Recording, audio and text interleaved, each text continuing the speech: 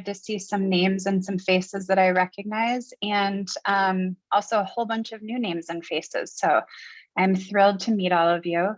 One thing that would help me as we get started is understanding your role at your respective organizations. So I was wondering if you wouldn't mind sharing in the chat box. I see a lot of introductions, but sharing a little bit about how you work with parents or providers. And then we can focus some conversation around that as we go.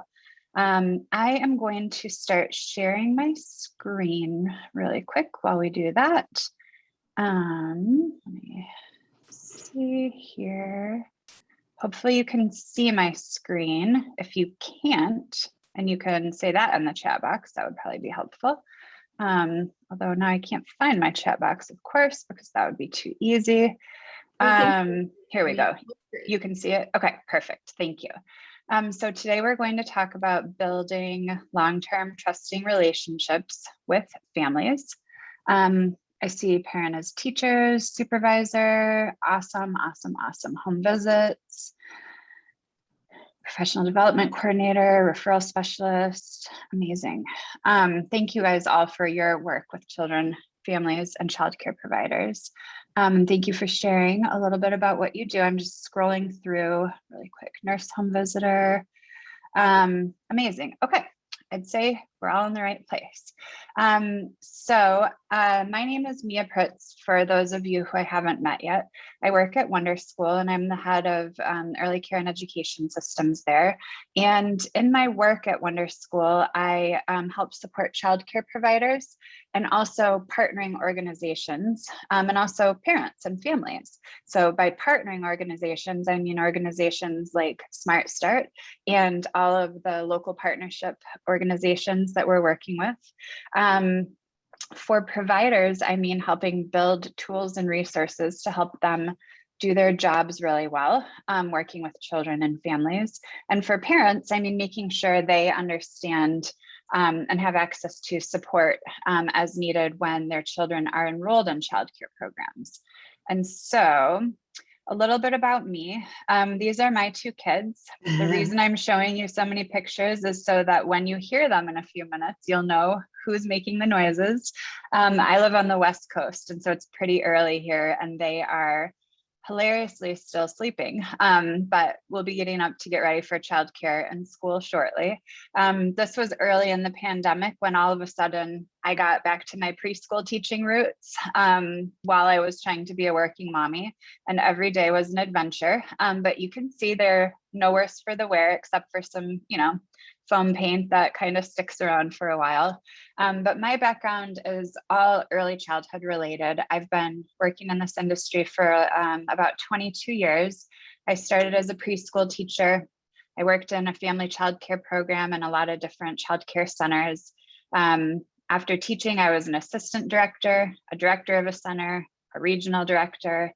I did some consulting work with childcare programs where I did things like helping new centers get started across the country, helping conduct some operational audits with programs. So looking at, how their programs were running and if there was, things we could do to help support them running more efficiently. I worked a lot in employer-sponsored preschool and childcare for about 5 years. So programs that were on site at large employers' companies or near site. And then I started working about 11 years ago in early childhood shared business services. So building tools and resources and supports for providers so that they didn't have to recreate the wheel every time they needed to do a thing. So maybe that was like hiring someone or having a system for checking kids in and out efficiently, stuff like that. And through that work, I've been able to build a lot of partnerships with state licensing agencies, subsidy and CACFP agencies, organizations like Smart Start. And it's been a really interesting opportunity to really understand the landscape of early childhood ed throughout the country, basically. I started working at Wonder School a little over 4 years ago, and Wonder School is basically introducing tools to support shared services or staff family childcare network and to support the work of childcare providers. So we'll get into that a little bit more during our conversation. And I have mentioned that I've been working remote schooling, pandemic parenting for the last, 1,500 years, or is that just what it feels like? The last little bit. And we get through every day, however we need to get through it. And that's my introduction. A little bit of housekeeping. Please feel free to type any questions or thoughts into the chat box. I'm going to try to pause a few times to read through the chats and make sure I'm not missing anything juicy. And let me know, your thoughts as we're going through things. Okay, so today what I thought we would talk about is why relationships with families are so important to begin with. As we're looking at relationships with families, what are the effects that COVID-19 has had on how we work with children and families and providers? The idea of looking at parents as partners. Where are different entry points for building relationships with parents? And how can we use parent feedback? And then, of course, sprinkled throughout, time for question and answer or conversation at the end. So why are relationships important? So everyone just stop and think for a minute. We've talked a little bit in chat about what your role is and how you work with families. I'm curious, are you a parent and have your children ever attended childcare or school? My guess is a lot of people would answer yes to that.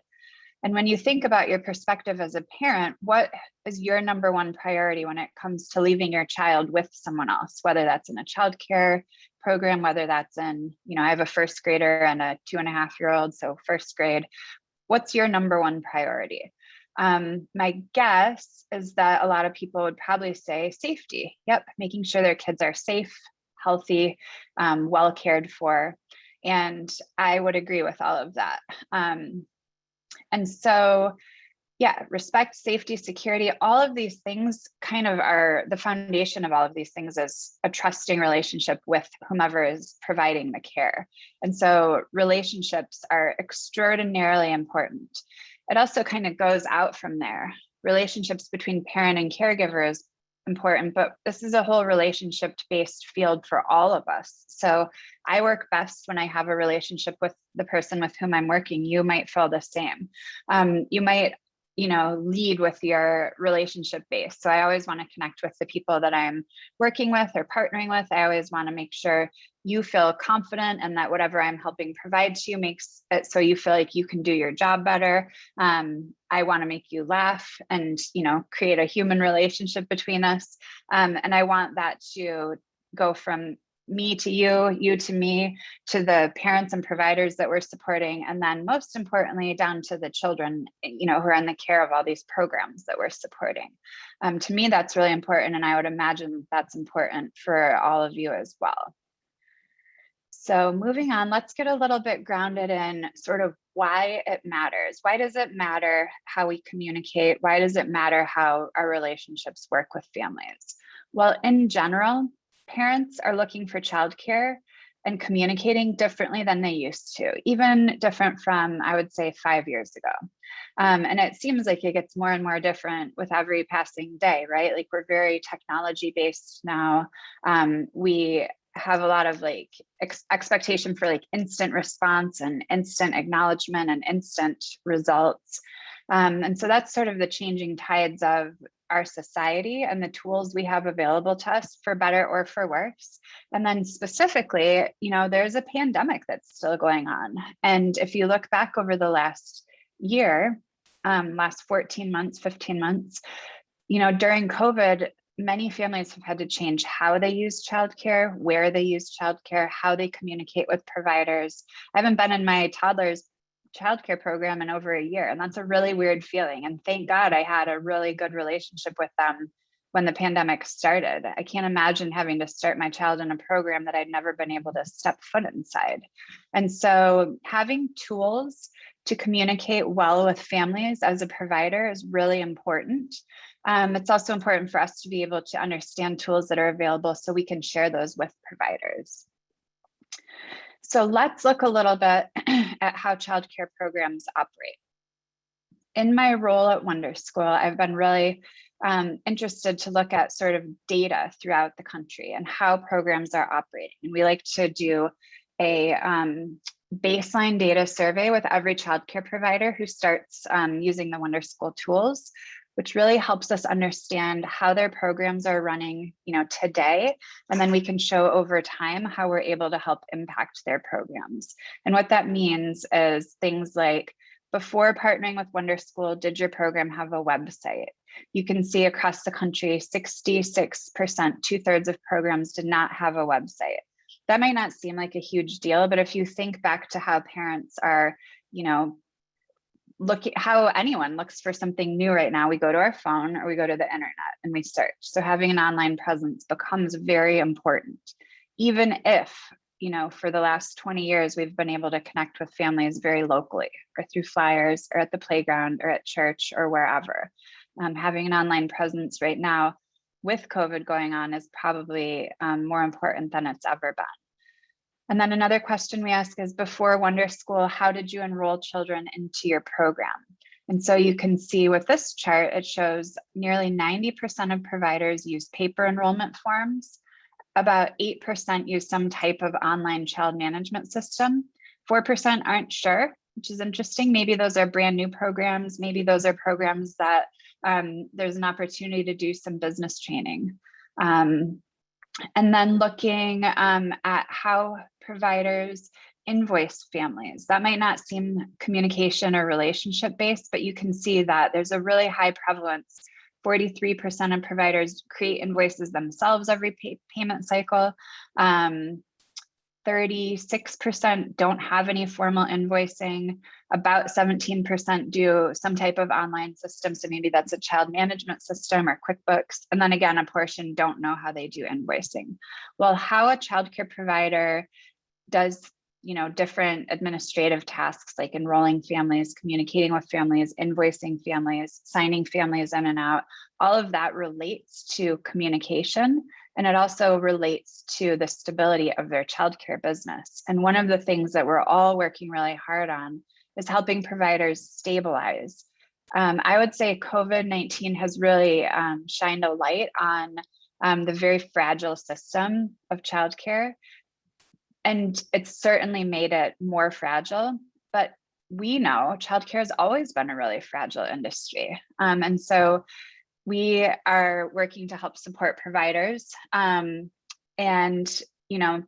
If you're signing out everyone in and out with paper and pencil, that means you are having to create paper and pencil sign in and out forms, which is taking you away from doing something else, maybe communicating with families.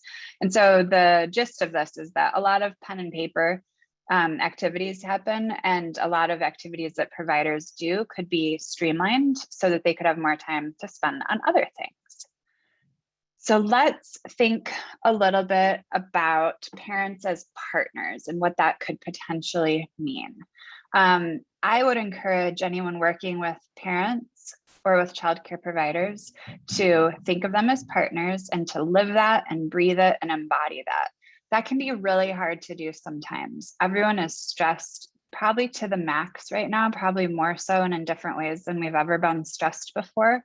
And so when that happens, things might feel really deeply personal. I would imagine if I were a family childcare provider, for example, and I had families coming into my home every day, or coming near my home, I guess, since we're not having people come in, but that my deeply personal work might feel even more personal.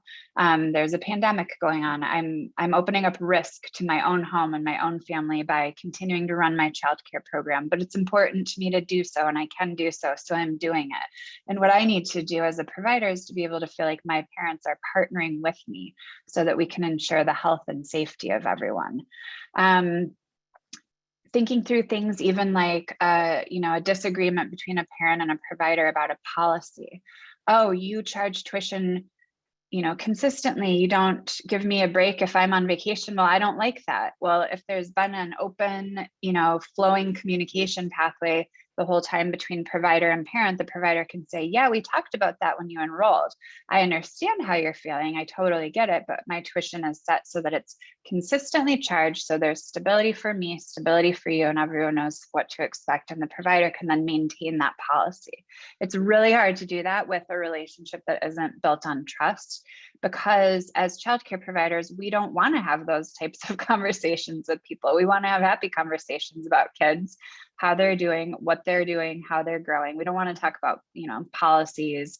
It can be hard to stand up for ourselves. And so having tools to help facilitate open communication can be really important in helping providers feel like they are able to embody their program's policies, communicate with families, and families, can communicate back with them. So really breathing parents as partners. And why am I going on and on about this? Well, Wonder School works with a couple thousand childcare providers throughout the country, which means we're working with thousands and thousands of parents across the country. And it gives us a really interesting opportunity through parent feedback surveys. And when we do parent research and working with providers, we get a lot of parent feedback. And some of the things that are hardest for parents to understand, my family's up, are providers being unresponsive, lack of communication, and a desire for more information. And so we'll talk a little bit about what some of those things mean and how we can be supportive, of this whole process. Okay, so parent communication. We know what parents are looking for. Communication, the more the better. A provider or a family support worker or me as, an ECE person working with families, the more committed we can be to responsiveness, the more of a differentiator it is. And so what that means on a childcare program basis is if you have, say a cluster of childcare providers nearby each other and a parent is looking for enrollment in the fall for their child, if they contact 4 providers and only one gets back to them, even if that provider doesn't have space in the moment, the family will probably go back to that provider because they were responded to in the first place. So it can become a huge differentiator. Providers, people supporting providers and families, we can all make an impact with the tools that we use to communicate. And so what we use and how we use can establish that we're professionals, that we are, working with families intentionally, and that, is there a question? No, okay. The tools we use can make an impact as well. So clarity, people knowing how to communicate and when and where to look for that communication. And then we talk a lot with providers about establishing open and responsive communication even before families enroll, and then ongoing once they enroll. And ways to do that are to share growth of children, share day-to-day experiences, program information. If a teacher joins or leaves the program, if you're doing some type of event, all of these different pieces can connect families to a childcare program. And so before we talk about the impacts of COVID-19, any questions or comments from anyone? You can put in the chat box if you'd like.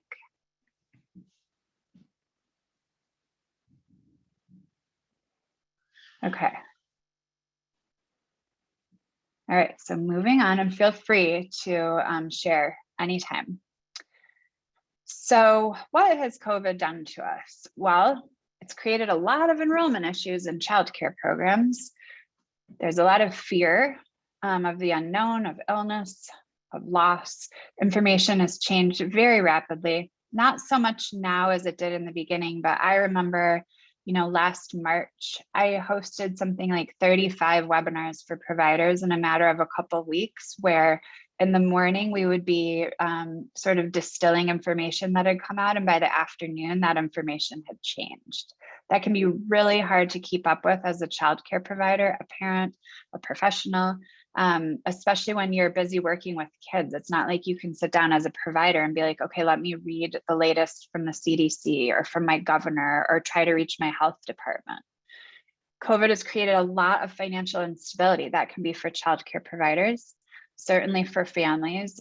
Even in our work, we've had colleagues come and go. We've had, there's a lot of press about moms having to leave the workplace to care for their children due to lack of childcare, lack of school. So financial instability can take many forms.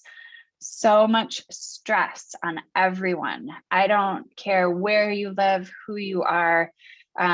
Stress has become a whole different beast over the last year. a lot of grief, loss of how we live normally, perhaps loss of family members or friends, loss of routine, loss of community, and a lot of hard choices for everyone. Hard choice for how we dealt with our kindergartner losing her community overnight of school and how to deal with that, and hard choices when we sent her back to school this past January for a couple mornings a week.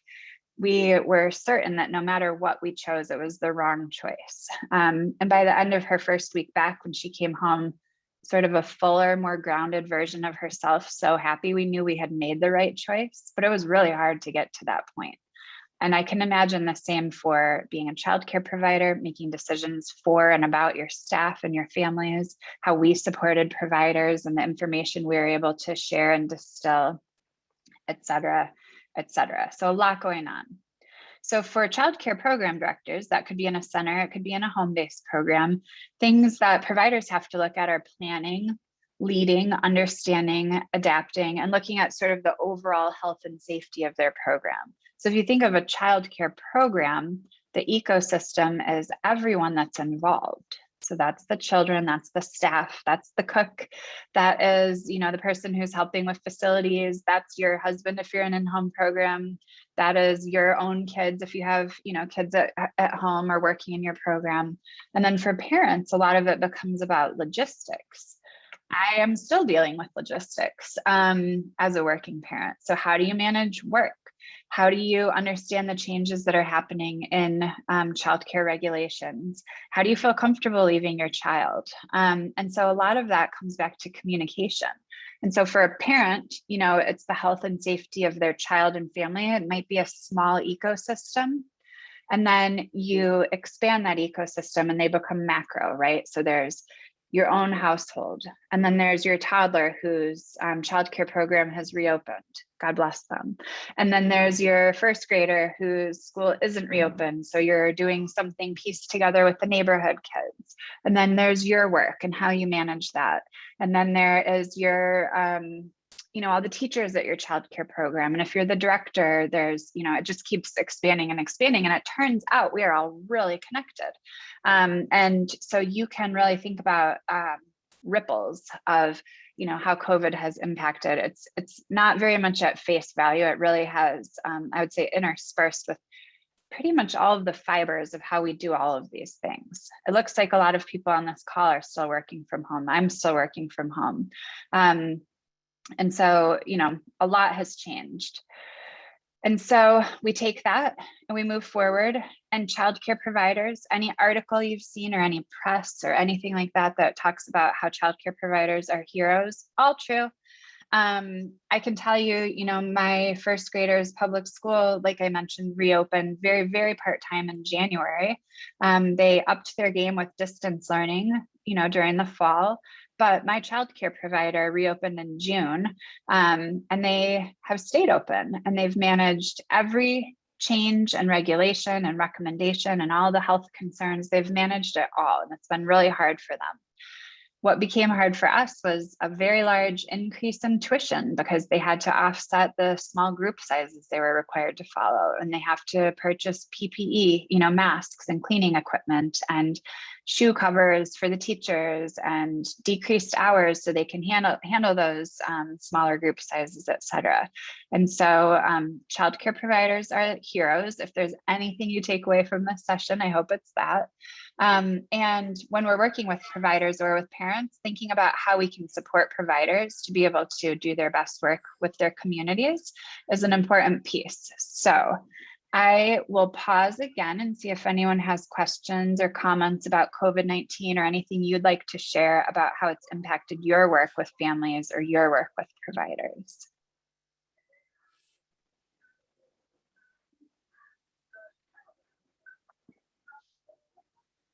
Okay, feel free to type if you want to. And now let's sort of shift gears. We've acknowledged COVID. We can leave that. So let's look forward. So as a childcare provider or someone working with families, how can you support communication for prospective families looking for childcare? You can probably apply some of this to your work with families, even if you are not helping them enroll in programs. Oh, I see a comment from Tanya. Complete upheaval for children with special health needs and changes in order to keep them healthy and safe with limited information to know how to do so. Yes. Someone asked me to write an article a few months ago about children with autism and distance learning. And I was like, I'm sorry, I can't write that because I don't know anything about that. Like, I don't know that that's ever been a thing before. So everyone's learning about it right now, but I can't speak with any authority about that. It would be very inappropriate. Kamiko, losing childcare providers to the fact that the pay to stay at home is higher than the pay they're receiving from their childcare program. Yeah, unemployment supports have been an interesting twist. So maybe they're getting more in unemployment insurance than they were able to make as a childcare provider. And that stinks. That is like, it's not that the unemployment stinks, great. It's that the wages for childcare providers are so low. So let's think about for providers and marketing their programs. Like we discussed earlier, providers can set their programs apart with proactive, warm, timely communication. So I know that a lot of times if someone reaches out to a center or an in-home program and they don't have an infant space, for example, and the parent is inquiring about that, they might not respond because they're like, oh, I don't have space. It doesn't matter anyways. But it actually does matter because it's a pretty dissatisfying experience for families to not get any sort of response. And I mentioned earlier, they're going to move on to the next program. So you could potentially lose a family's enrollment and not even realize it by not communicating to them. And it usually just takes a moment to say, thank you so much for reaching out. We don't have any space right now, but I would be happy to follow up with you in the future if we do. Just that effort, which will take about like a minute or two for a provider, can make a really big difference for a family. And they'll think, oh, I was acknowledged. Thank you. Okay, well, I'll check back in later on. Responding to tour requests, same thing. If you're not giving tours right now, maybe it's because of COVID, maybe it's because you're full, maybe it's because you're tapped out, totally fine. Don't give tours or give tours only on certain days or give tours every day, but just tell people what's up so they know what to expect.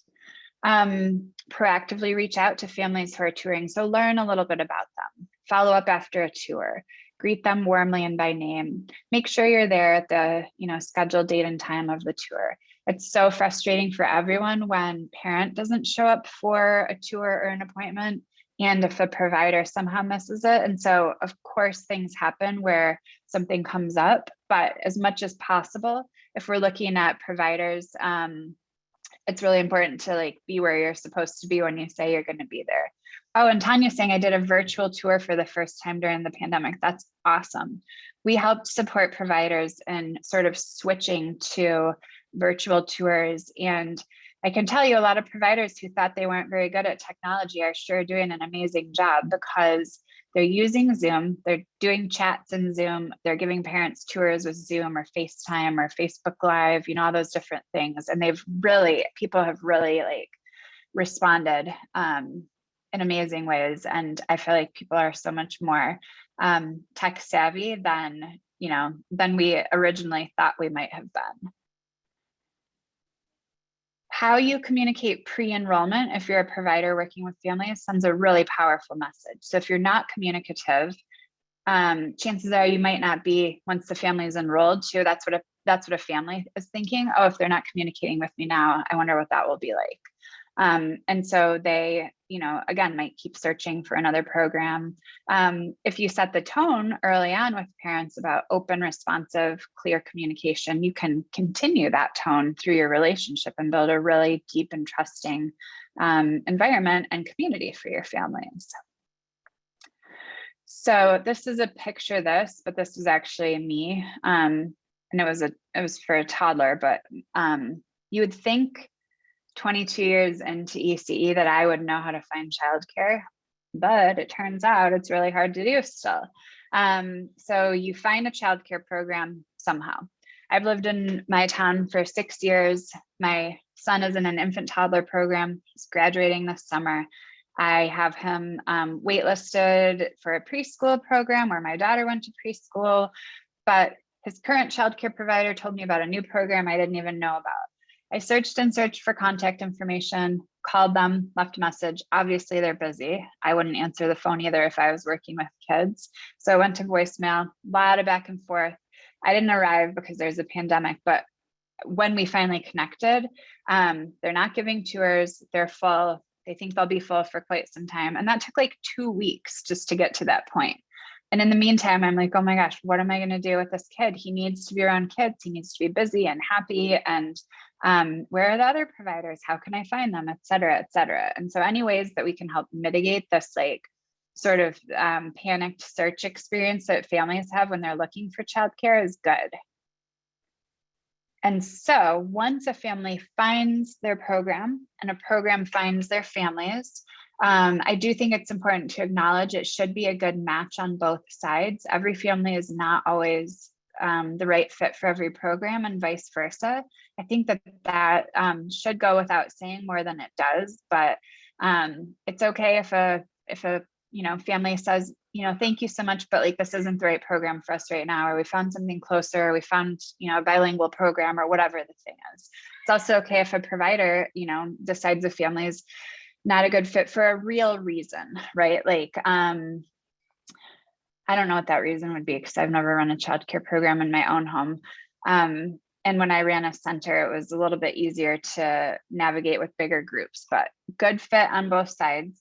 And then once the family is enrolled, parents are partners and they're customers.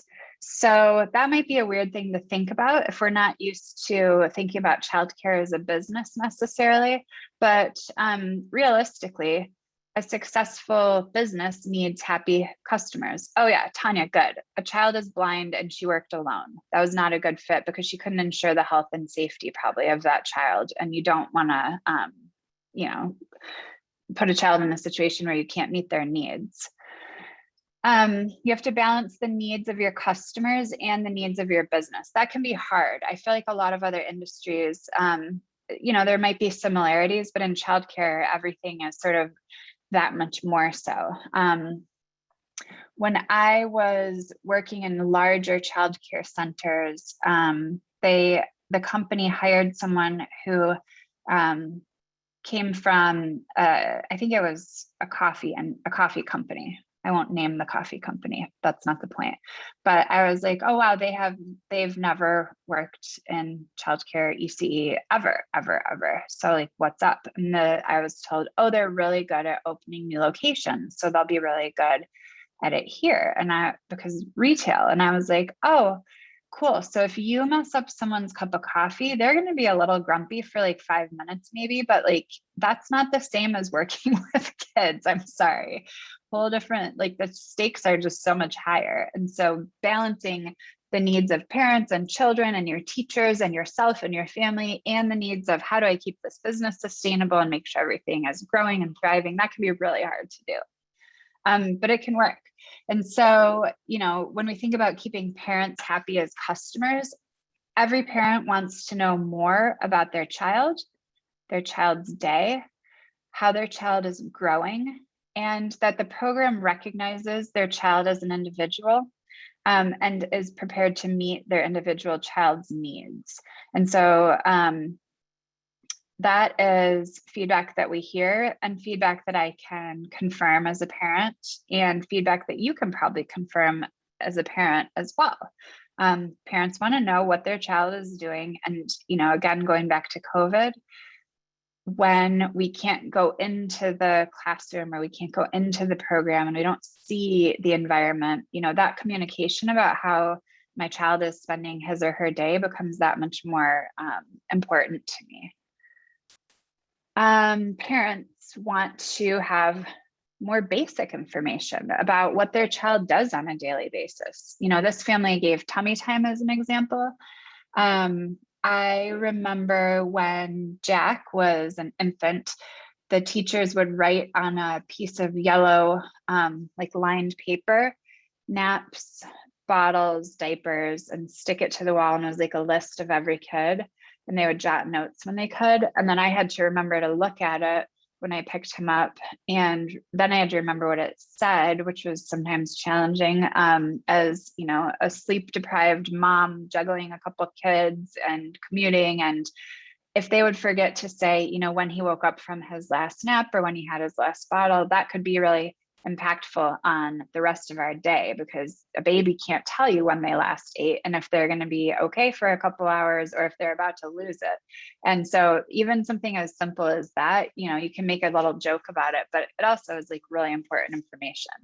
And then also just like, are they happy? Are they playing outside a lot? Do they have friends they're interacting with? Are you guys doing art projects, et cetera, et cetera? All of that helps a parent paint a picture in their mind of how their child is spending their time. And that helps connect them to the program. And so I would say it's for sure work as a teacher, a childcare provider, to provide that sort of level of insight about a child's day.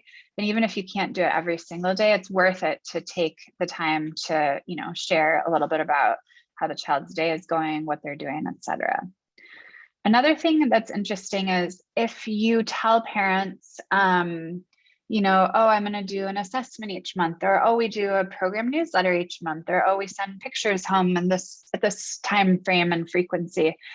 Parents remember that because they want to know what their child is doing. And if you don't do it, they're probably not going to ask you about it because they know that you're really busy and they don't want to bug you and they don't want to upset you, but they're going to notice it.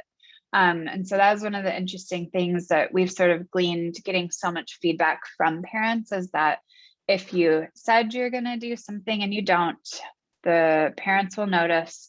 And that's not necessarily like a huge, you know, deal breaker, but it could become a rub at some point.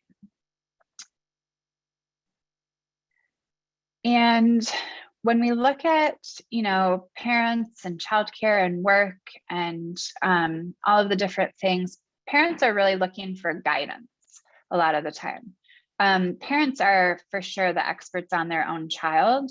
And, you know, they might not know what happens after holding their head up, the baby's head up, like to watch, because next your baby's going to roll over and it's going to be so exciting. And normally they roll front to back and then back to front, or whichever order it is, but your baby might be different. So keep an eye out and we'll keep you posted.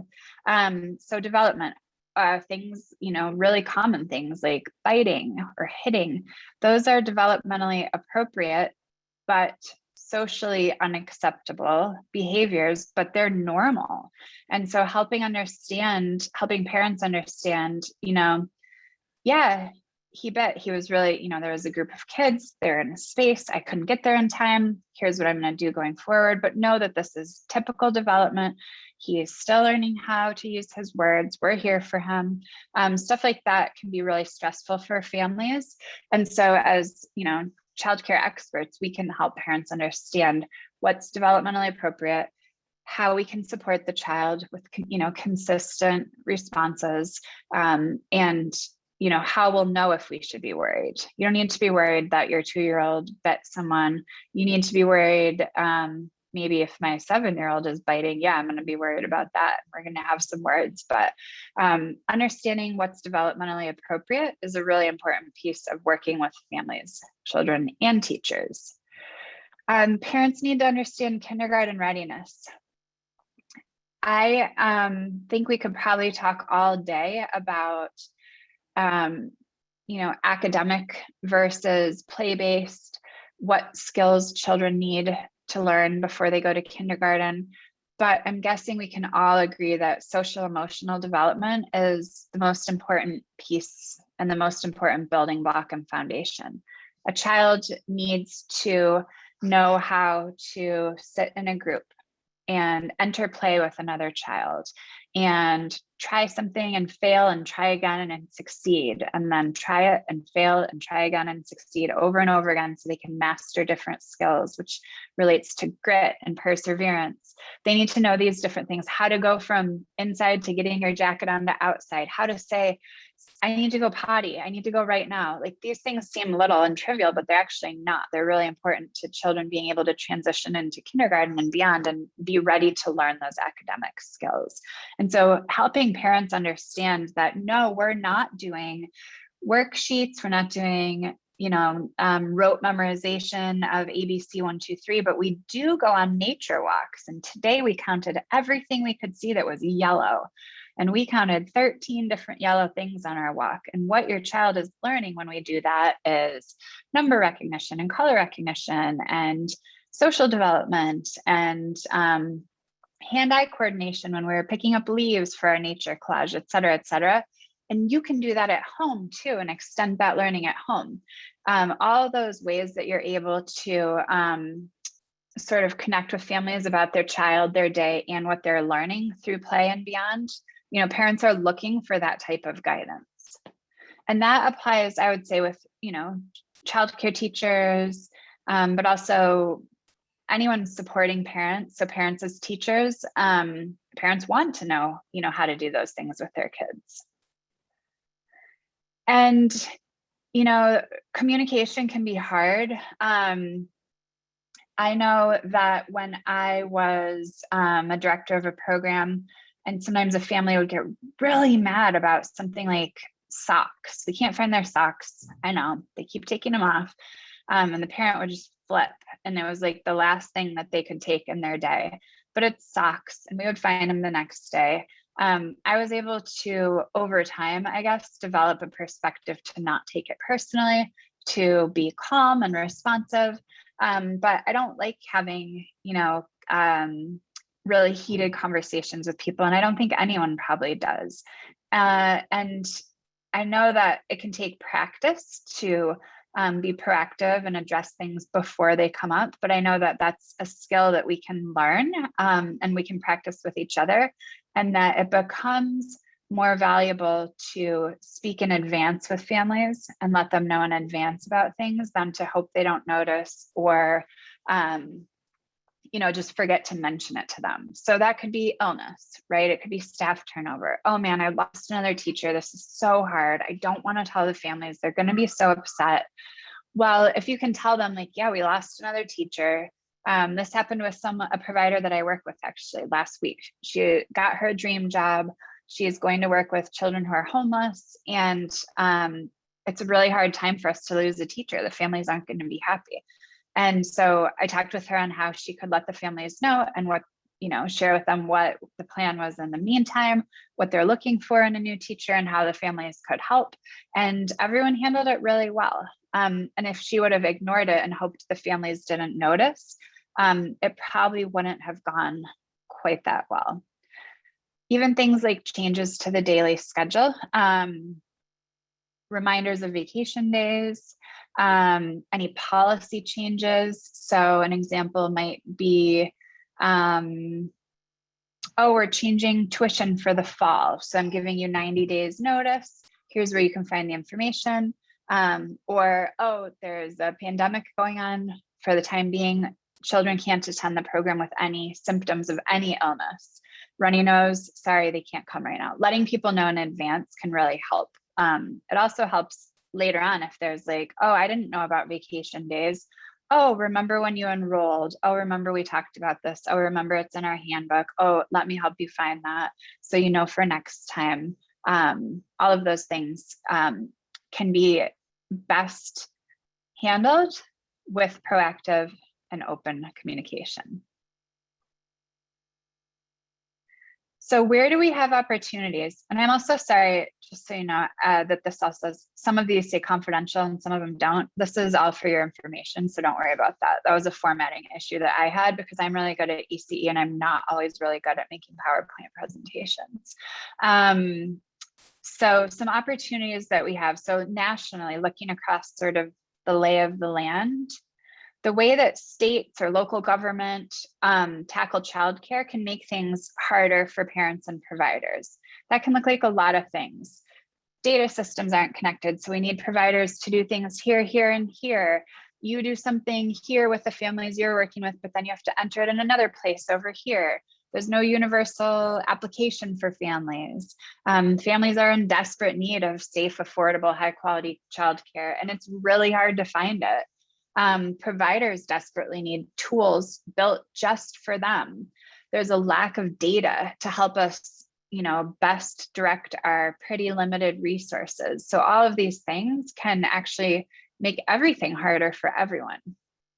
But because of that, we have a lot of opportunities. So I'm gonna pause again and see if anyone has questions or comments. I'm gonna take a sip of water, and then we'll start looking at some of the tools that Wonder School has built to help support providers, and just think through, I'm curious in your work with parents or with providers or as a provider, if you connect with any of these tools, or if there's anything that you potentially would use on your own.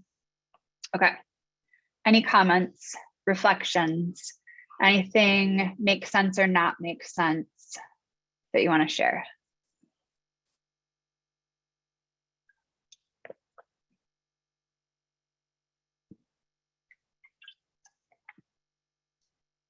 Okay.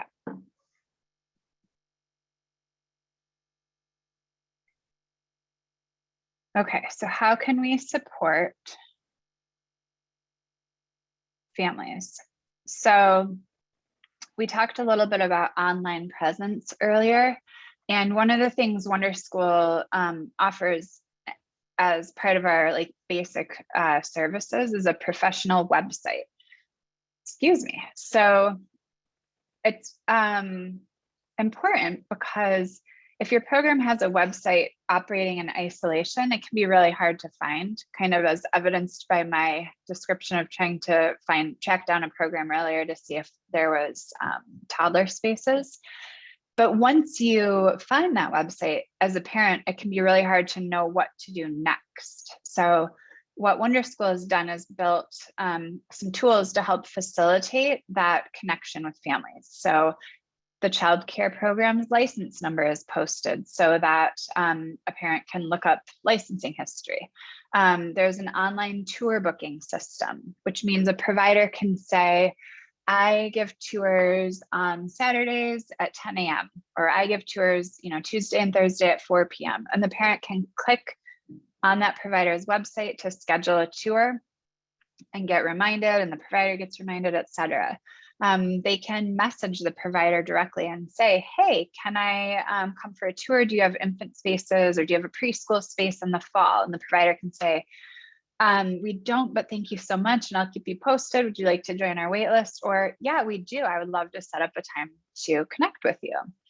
And a good, professional website will also have things that parents are looking for. So school calendar, daily rhythm, how children spend their day, photos of the actual space and how children interact in that space during the day, hours of operation, et cetera, all of the sort of logistical things that become really important to families when they're working, different hours because of COVID, or need to make sure the program is open until X time, et cetera.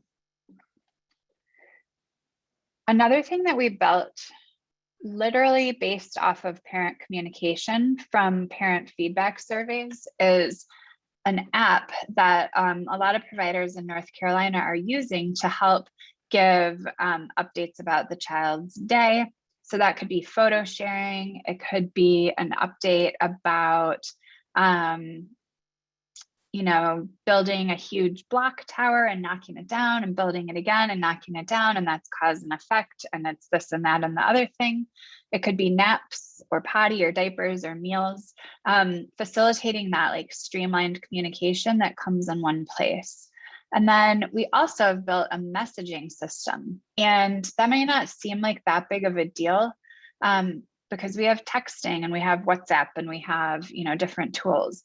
But so many providers have said, holy cow, I don't have to use my personal cell phone number anymore to message with families. I can use this tool that's for me as a professional, and I can just use text messages for my personal life. What a concept. And it's helping create a little bit of balance between work life and personal life, which can be really hard as a childcare provider, and especially as a family childcare provider and in-home provider. check in and check out. So being able to use, tools that are approved by licensing that help with record keeping and all of that, that counts as a way to communicate with families and collect information and track information. And it makes it a lot more streamlined. And then this app that we built started out as a communication tool, but we've since added on to it because we've realized more and more and more that providers really like to have tools that they can run their business with, from their phone. No one has time to be sitting at a computer all day. No one has time to be sort of thumbing through paper files. And so making tools that streamline everything. If you can offload, a couple hours of administrative work from someone each week, they can use that freed up time to do so many other things, like building relationships with families, or taking a walk at lunch and like getting a little bit of space and self-care. That's really important too. Or just feeling great that their files are organized and their family communication is in order. All those things become important and relevant when you're working as hard as you possibly can as a childcare provider, which everyone is. Things like managing a wait list and having online files, electronic files, also become a lot easier when you have a system and a tool to do it. And it can make it so much easier to connect with families if your program does have an opening come up, so that you can quickly fill that space, connect with the family, communicate with them, get them enrolled, and decrease any time spent without that enrollment, because that impacts the sustainability of the program. And then once a family becomes enrolled, you probably, well, maybe not probably, but recently DCDEE sent out an email to all the licensed family childcare providers in North Carolina explaining that, yes, the system is approved by licensing for online enrollment, online file management, attendance, et cetera. And so being able to manage all of that like in one digital space, again, makes it so you can free up time to work on or work with your families, your children, your staff, et cetera. And then community is a really important thing. So I saw a lot of people comment on the work they do with providers, the work they do with families, and building a community is so important for all of us, especially when we are sort of isolated due to COVID, but also if you are or ever have been a childcare provider, that can be a really lonely job when you're working with kids, you're running the show, you are being the, the cook, the teacher, the caregiver, the relationship manager, the transportation provider, the shopper, the this, the that, all the things. And so having a community of peers that you can connect with, whether you're a parent, whether you're a provider, is really important. So share your success, share your frustrations, ask for advice, get sort of built up from other people in the same work as you, so you can feel confident that you're, making the right call for your program and you're doing what's comfortable to you. And then continued professional development. So for people who are working with parents, like in a Parents as Teachers program, it might look a little different from a childcare provider in terms of professional development, but learning about child development, learning about activities. At home, we might call it an activity. In childcare, we might call it curriculum. But at the end of the day, children learn by doing. And the more we can put, fun, engaging activities in front of them to do and participate in, the more they're getting ready for kindergarten, the more they're busy, the more they're growing, the more they're learning. And so as a provider, you kind of have to balance all these different things of running your business, understanding your business, understanding the children in your care, understanding your program. And as a parent, you can juggle life, work, child, other child, how they're growing, how they're developing. And so the more tools we can give to families, and the more they know they can come to us when they have a need for something, the better. And then, so these are just some examples of how at Wonder School, we helped guide providers as they were navigating COVID. So the little blurb where you see COVID-19 and childcare, this was from a session that I was giving for providers ongoing. So just reminding people, like, this is evolving. It's moving fast. It's okay to feel overwhelmed. You don't have to have all the answers right now. You just need to make a short-term plan. You need to do what you know to do with the information you have now. And then rest assured it will change and you'll make updates, and that's okay. And the more you communicate with your families and the more you communicate with your teachers, the more comfortable you'll be saying, yep, last week we were here, this week we're here. And that can actually translate into how you work with families and teachers and children over time. COVID, is a really urgent example of that, where we had to become really responsive. But it's okay to not know all the answers and to take things, step by step by step. And then this pop quiz, what's the number one most important thing you can do to facilitate smooth reopening of your program? So, a lot of programs had to close temporarily, and as they reopened, yes, communication. That's exactly right. Communication, and more communication. Let families know what to expect. Let your teachers know what to expect and what you expect from them. Let children know what to expect. Be ready to expect the unexpected. I think that we'll probably be in that phase for a while. We don't know exactly what's coming next, but we've sure learned a lot about being adaptable and supporting each other and being creative, and we're doing okay. And then, just reminding everyone to meet children and families where they are. I remember when we went back to childcare after our toddler being out for 2 months, I had no idea what to expect. And it went fine, but I was ready for it to not go fine, because I was thinking about how, if you just transitioned into a program and you then we're gone for 2 months, coming back in could be like everyone having their first day all over again. And so, letting families know that it's okay if their child is having another transition time, and here's how you can support them. It's okay if your child is doing okay and you're not doing okay. That's another thing that happens with families. And so letting the families know, like, we're supporting you, and it's okay to be nervous, and it's okay to not know if you're making the right choice. And it's okay, we've got this, we'll work through it all together. And really what our goal at Wonder School was with providers and parents and all of our partners was just to help people have the information and tools they needed to make decisions that they needed to make sort of day by day, and help them feel in control.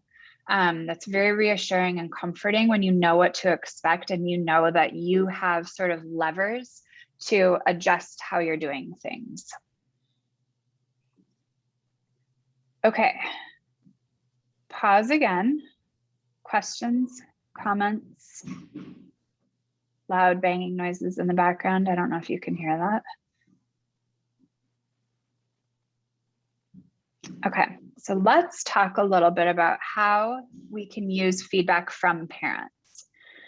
So at Wonder School, we've built what we call our quality and safety vision. And I know this is probably hard to read, but this is posted on our website, public facing.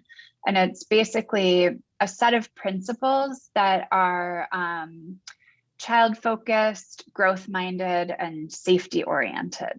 And so within growth-minded, one of the principles is that program directors view parents as partners and are open to receiving feedback from parents. We send out we call them care check-in surveys, but you can do it in a million different ways. So basically, no matter how you do it, feedback between and communication between parents and childcare providers is really good.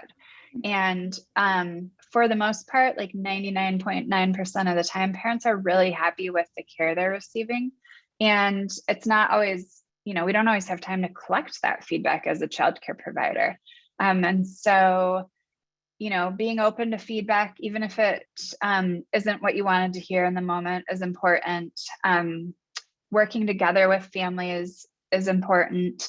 One of the things that we've noticed is we're able to help identify when preschool expulsion was happening in family childcare programs by a provider saying like, oh, hey, Mia, I need to unenroll, Jack, I'll use my kid's name as an example because he's hitting. And so how do I do that? And then me and my ECE team could say, oh, let's slow down a little. Like, let's figure out, how old is he? Oh, he's 2. Oh, well, are you sure that what he's doing is not developmentally appropriate? It might not be acceptable, but is it developmentally appropriate? What have you tried? How have you communicated with the families? Is there any support we can provide you? And so being able to, however we're working with parents and providers, support them through understanding what's developmentally appropriate, how to communicate with families in a way that's objective and clear, and how to reach out for additional resources as needed can be, really a game changer, especially if you are a provider who's had to, if you've been working on your own forever and you don't have access to additional tools and resources. So an example is we purchase access to the ASQ, both versions, the general development ASQ and the social emotional tool for all providers using WonderSchool for anyone who wants to access it totally free. I would encourage a provider to use it with all of the children in their program and not just one child if they were, concerned about challenging behavior. But we know it's really important to have early intervention when an issue arises, and that it can be hard to identify where support is needed for a child. And so that's the tool that we've picked because it's, reliably certified across the country and pediatricians know how to use it, et cetera. That's the tool that we've given access for. And so if anyone is working with providers or families who are part of WonderSchool on this call and they need access to the tool like that, feel free to send them my way because that's something we provide. And that counts as parent feedback too, right? Like getting aligned about where the child is developmentally, where things are going great, and where they might need extra support.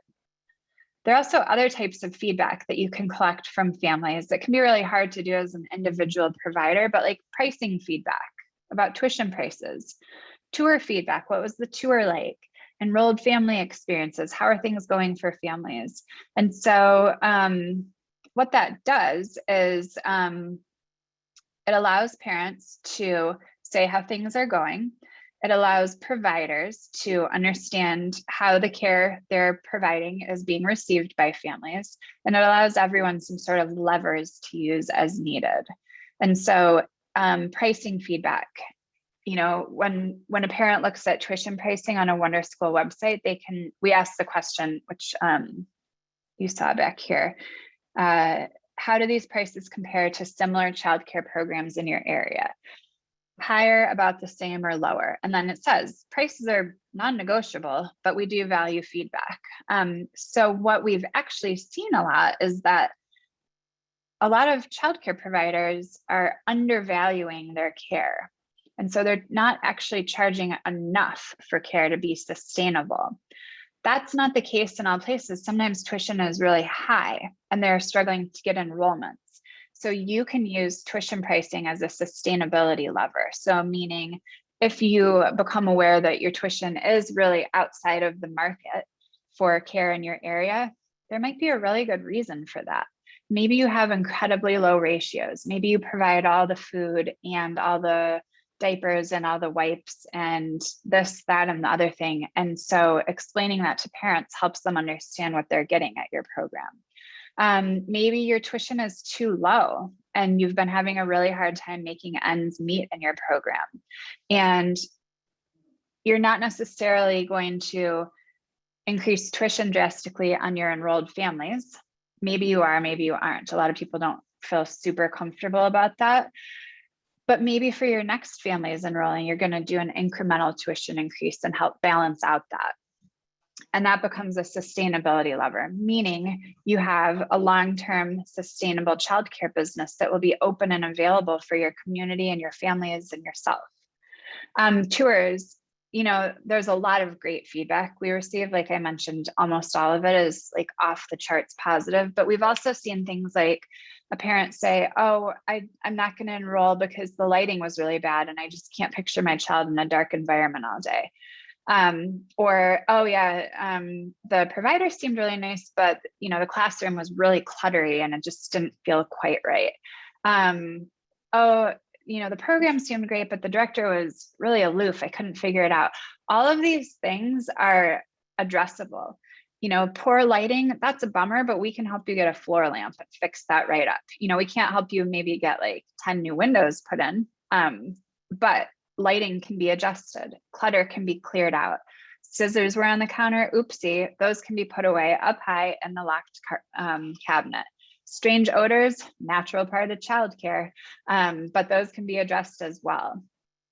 Aloof or shy, it's so interesting. I've worked with so many teachers and providers who are amazing with kids and are intimidated when it comes to giving tours. And so they come across as, a little reserved, and knowing that about someone, we can help train them and give them practice on how to give a really strong tour so that they can work through that and connect with those families and enroll them in programs.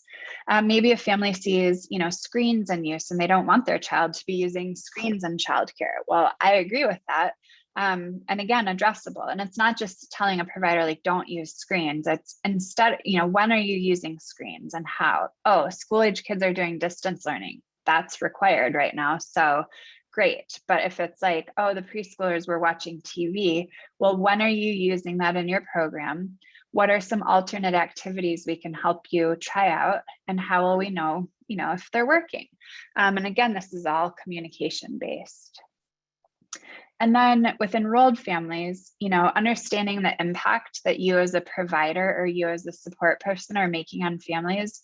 You don't hear enough, I can guarantee it, how powerful your work is and how much it matters to the families that you're working with. And so I think a lot of times people think of parent feedback as it's going to be negative, but it's not. It's like, you wouldn't believe how much parents can go on and have their day and do what they need to do because they know that you're working with their child, and that makes them feel like they can show up and do what they need to do. Continuity of care that we provide, so important and so noticed and so treasured by families. Minimizing transitions for children can be important, but also for parents, especially when everything is changing so much. You can use feedback from families as a marketing tool for new families. You can use it as a retention tool for your staff members, letting them know how valued they are and treasured and loved. You can use it to sort of call out challenging behaviors with kids and figure out how to address them. Same thing we mentioned earlier, preschool expulsion, if turnover is an issue, all of these different things, when they're brought to light, resources that we have as the collective, everyone on this call, we can target our resources a lot more accurately when we know exactly what's going on in a program. So everything's going great. We need to celebrate those teachers. So let's do this. Oh, it's come up a couple of times that teacher turnover is an issue. Well, let's do a training on strong hiring practices in preschool programs. Instead of doing a general training about X, Y, or Z, let's do a really targeted training on this particular thing. Oh, providers are having issues with challenging behaviors. Let's do a specific training on that. And so when you know what's going on, you can direct your resources. And those resources become a lot more usable and valuable when they're really specific. And so, Q&A, cool. We did it, you guys. That, I believe, is the end of my presentation, not to end it abruptly, but those are sort of my thoughts and experiences on how to build relationships with families and strong communities. And I would love to hear questions from anyone right now, or comments, and if any of this is applicable to the work that you do, if there's anything else that would be helpful for you to know that I could follow up with, or really anything at all.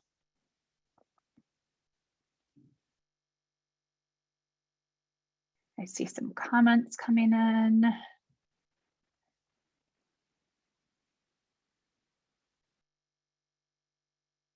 Good information, good. Thank you guys all very much, or everyone. Oh, there's a raffle. Sarah's posting a raffle. Tanya, how can, I should share. How can I register with Wonder School? So Wonder School is available for free to providers in North Carolina. So Tanya, I'm going to copy your name down, and then I can reach out to you and help you with that. I'm stopping sharing my screen. Then I put them in bed. That's what you're trying to get me to do. Okay, Tanya, I got your name written down so we can follow up. Any other questions or comments from anyone? Okay, there's a feedback survey. Please give me honest feedback so I can improve my presentation. There's a raffle that you can join by joining all sponsorship sessions. Sarah posted the survey link again for feedback. And if you are interested in how to connect with Wonder School at all, I'm going to just put my email into the chat box, which is Mia, M-I-A, @wonderschool.com. You can reach out to me directly and I will help link you to whatever resource you need. So Mia @wonderschool.com. Tanya's asking, where do we find the keyword? I don't know what the keyword is, but Sarah might. The keywords will be announced during the sponsor sessions. Okay, great. Okay, well, on that note, thank you very much for attending this session. I appreciate you taking all the background noise from my family in stride, more than you'll know. And I hope you all have a great rest of your day and see you soon. Happy to follow up with anyone about anything. And again, thank you all so much for all of the work you do with children and families. Thanks, everyone, and we'll see you at 1:30 for the next round of sessions. So have a great lunch break. And thanks, Mia, for your great presentation.